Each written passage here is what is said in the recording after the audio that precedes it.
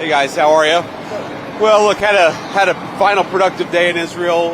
Today I was mostly focused on meeting with the Ministry of Defense in Israel, understanding the security situation on the ground in Gaza, and obviously meeting with some of our military personnel as well.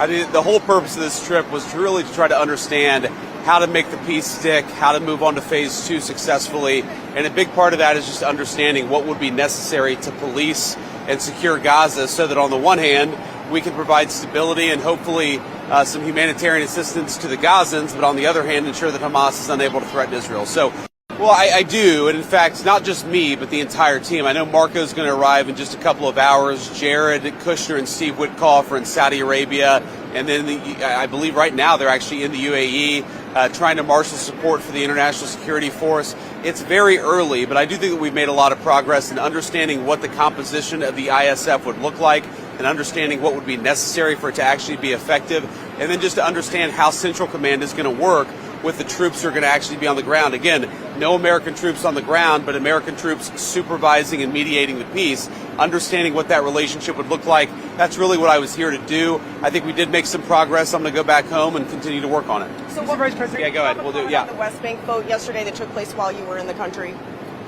Oh yeah, that was weird. That was weird. I was sort of confused by that. Now, I actually asked somebody about it, and they told me that it was a symbolic vote, some symbolic vote to recognize or a symbolic vote to annex the West Bank. I mean, what I would say to that is when I asked about it, somebody told me that it was a political stunt, that it had no practical significance. It was purely symbolic. I mean, look, if it was a political stunt, it was a very stupid political stunt, and I personally take some insult to it.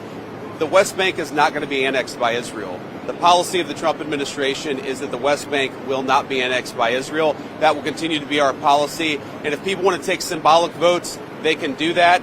But we certainly weren't happy about it. Thank you. Thank you.